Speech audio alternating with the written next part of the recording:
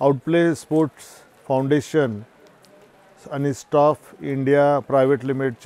लिमिटेडच्या वतीनं आयोजित केलेल्या run for nature Pargad heritage run आज त्याचं 3rd एडिशन पारगडवरती पार पडलं आणि त्याला उत्स्फूर्त असा प्रतिसाद ह्या चंदगड मतदारसंघातून असेल, बेळगाव जिल्ह्यातून असेल, किंबहुना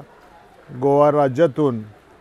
आणि महाराष्ट्रातून अनेक स्पर्धक या स्पर्धेसाठी इथं उपस्थित झाले।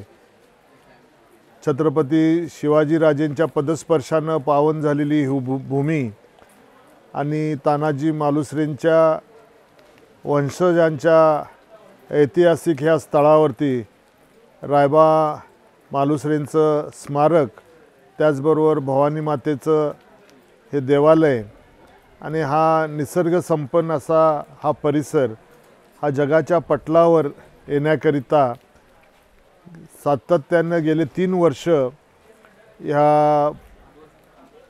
आउटप्ले स्पोर्ट्स फाउंडेशनच्या वतीनं आम्ही जॉय ऑफ नेचर असेल किंवा इतर माध्यमातून मॅरेथॉन स्पर्धा भरवल्या जातात आणि त्या माध्यमातून हा निसर्ग संपन्न तालुका हा सर्वांच्या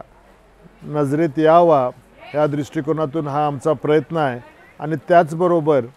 या भागातील क्रीडापटूंना चांगल्या तऱ्हेचं मार्गदर्शन लाभावं, चांगले क्रीडापटू तयार व्हावे, जेणेकरून त्यांना राज्यस्तरावर असेल,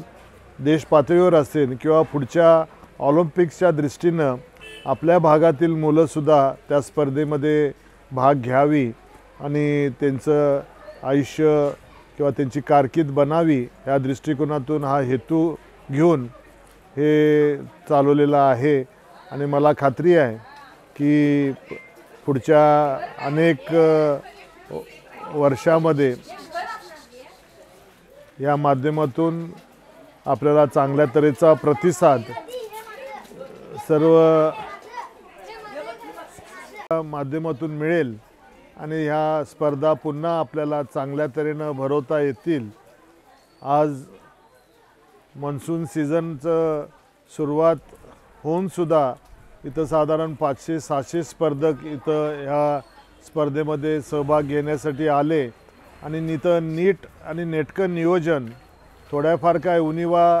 पावसामुळं जाणवल्या, पण नक्कीच पुढच्या वेळेला ह्याच्यापेक्षा चांगल्या तऱ्हेचं नियोजन इथं भरवलं जाईल।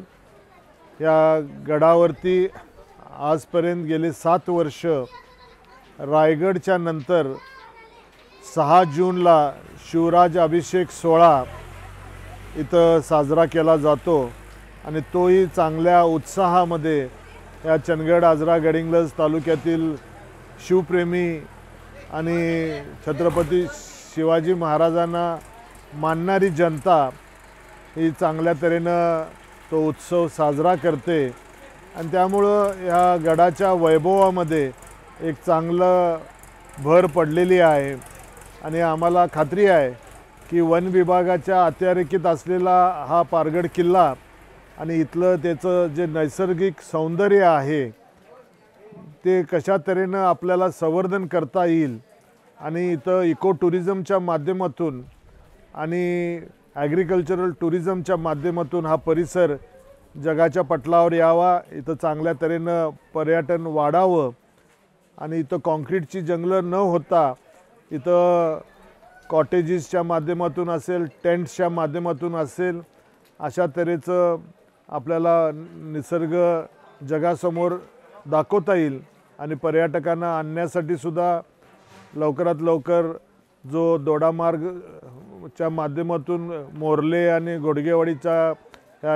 रस्ता जो आहे पारगडहून खाली जाणारा तो सुद्धा लवकरात लवकर करून घेऊ आणि त्याचबरोबर इथल्या ज्या काय अडचणी आहेत त्या कशा तऱ्हेनं सोडवता येईल। कारण का इथं जर गडावर राहायचं असेल, पर्यटक जर इथं यायचं असेल तर इथं पाण्याची अडचण आहे आणि त्यासाठी इसापूरमधलं जे काय आपला जलसंधारण विभागाचा तलाव आहे तो लवकरात लवकर तो पूर्ण करून पारगडच्या पायथ्याशी पाणी आणून ते पाणी आपल्याला वरती उचलावं लागेल. वॉटर कॉन्झर्वेशनच्या माध्यमातून पावसाळ्यातलं पाणीसुद्धा आपलं रेन हार्वेस्टिंगच्या माध्यमातून इथं ते पाणी साठवून इथल्या ह्या गडावर असणारे तलाव असतील, विहिरी असतील, ते कशा भरून घेता येईल त्याचंसुद्धा उपाययोजना आपल्याला कराव्या लागणार आहेत. आणि त्या माध्यमातून इथं आपल्याला पर्यटकांना आकर्षित करता येईल अशा तऱ्हेची संकल्पना घेऊन आम्ही या विभागाचे लोकप्रतिनिधी या नात्यानं करण्याचं आमचं मानस आणि प्रयत्न कायमपणे राहणार आहे. आणि मला खात्री आहे की आपल्या शेजारचं कर्नाटक राज्य असेल, आपलं महाराष्ट्र असेल किंवा गोवा राज्यातून येणारे सर्व पर्यटक किंबहुना देशातून येणारे सर्व पर्यटक या पारगड किल्ल्याला कधी ना कधी आपले पदस्पर्श करून आपल्याला हा आनंद आणि हे निसर्ग सौंदर्य ते पाहतील अशा तऱ्हेची अपेक्षा या निमित्तानं व्यक्त करतो. पुन्हा एकदा आउटप्ले स्पोर्ट्स फाउंडेशन आणि स्टाफ इंडिया प्रायव्हेट लिमिटेड ह्या दोन्ही संयोजकांचं या रन फॉर नेचर या मॅरेथॉन स्पर्धेचं मी कौतुक करतो आणि अभिनंदन करतो. आणि असेच उपक्रम त्यांनी इथून पुढच्या कार्यकाळामध्ये पारगडच्या ऐतिहासिक वैभव